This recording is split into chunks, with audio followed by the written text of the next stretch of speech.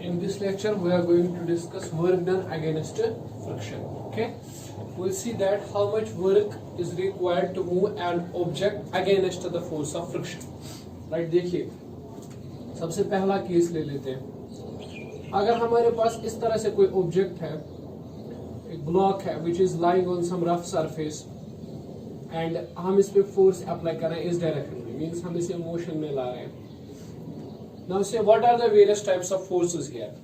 यहाँ पे इस डायरेक्शन में होगा kinetic friction, Fk kinetic friction होगी. ठीक है, इसका वेट जो होगा that will be in downward direction mg, और एक नॉर्मल रिएक्शन होगी इस डायरेक्शन में r.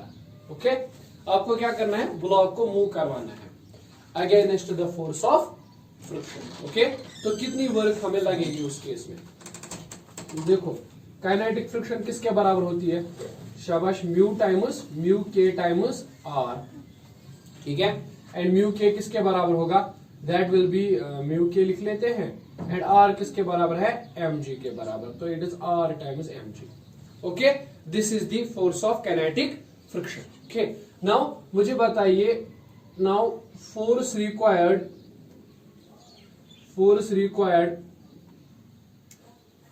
To move object against friction. अब अगर ऑब्जेक्ट सरफेस के अंदर इतनी फ्रिक्शन है तो आपको कितना फोर्स देना पड़ेगा ताकि ये ऑब्जेक्ट मूव करे? बराबर सेम टू सेम इतना है ना, इससे ज्यादा ही एक्चुअल में. ठीक है, ताकि ये फोर्स ओवरकम हो जाए, फ्रिक्शन फोर्स ओवरकम हो जाए और ऑब्जेक्ट मोशन में रहे. ठीक है, तो is equal to kinetic friction. ठीक है कि नहीं? कितना फोर्स आपको देना पड़ेगा? That is almost equal to kinetic friction. Okay, let us write that force by f. इस डायरेक्शन में एफ से लिख लेते हैं, capital F is equal to to same इतना ही है, म्यू के एम जी. ठीक है कि नहीं? है ना. अब बताइए वर्क डन कितनी होगी? Work done is always equal to force multiplied to distance. Okay, work done is equal to force multiplied to distance. ठीक, work done against friction is,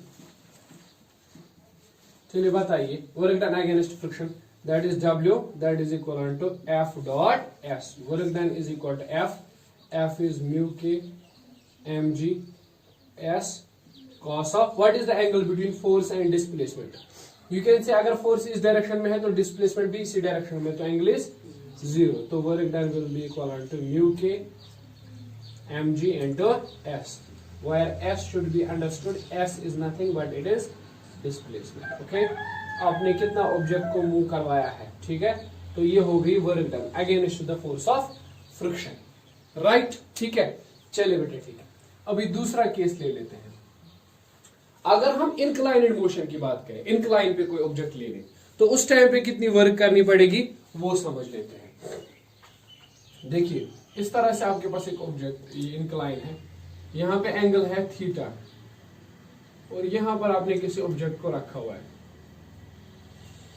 right, theta is not the angle of repose. Theta angle of repose नहीं है कि object नीचे आ जाएगा. ठीक है, ऐसा कुछ नहीं है.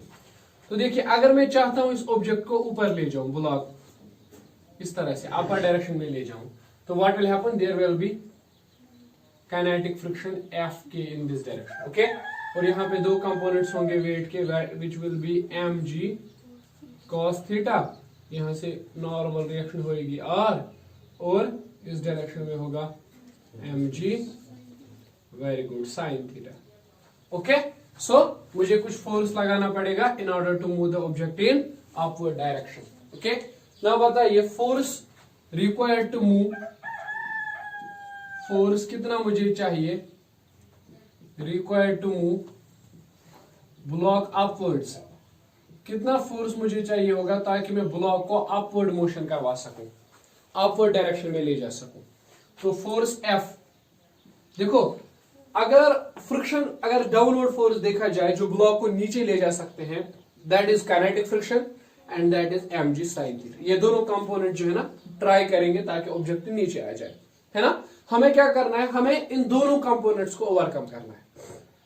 तो हमें कितना फोर्स देना पड़ेगा, f k plus m g sine theta, है ना।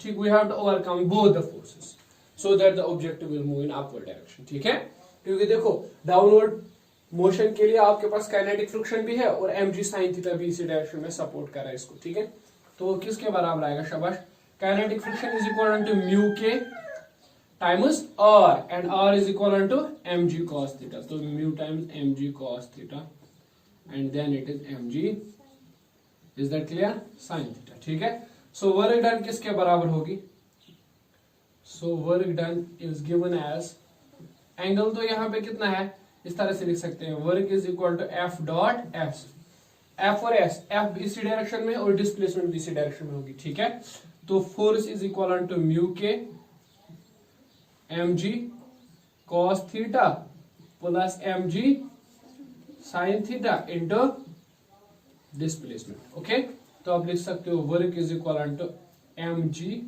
Will be common, it will be mu k cos theta plus sin theta into s. This is the work done when object moves in upward direction. Okay, okay, if the same object will move in downward direction, what should be the work if the same object moves in downward direction? Okay, like this way, this is angle theta.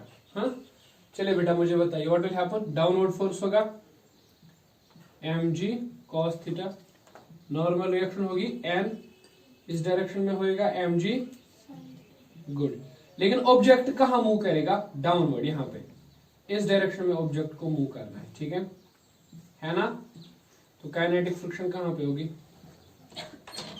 इस direction में kinetic friction होगी, right. ठीक है, तो बताइए मुझे work किसके बराबर आएगा, वर्क बराबर आएगा टोटल फोर्स कितना है multiplied by displacement. What is the total force? Object नीचे जा रहा है ना, तो total force is m g sine theta minus f k and displacement is s, है कि नहीं, है ना। तो बताइए व्हाट इज एफ, इट्स डब्ल्यू, it's m g sine theta minus what is f k, by the way f k is mu k और normal reaction r, तो नॉर्मल रिएक्शन आर के बदले आएगा m g cos theta into s, then you can say w is nothing, you can take the mg common, it will be sin theta, okay, minus mu k cos theta multiplied to s. ठीक है, तो this is the work done against the friction when the object moves, when the block moves downward on the inclined plane. Okay, so these three cases, right?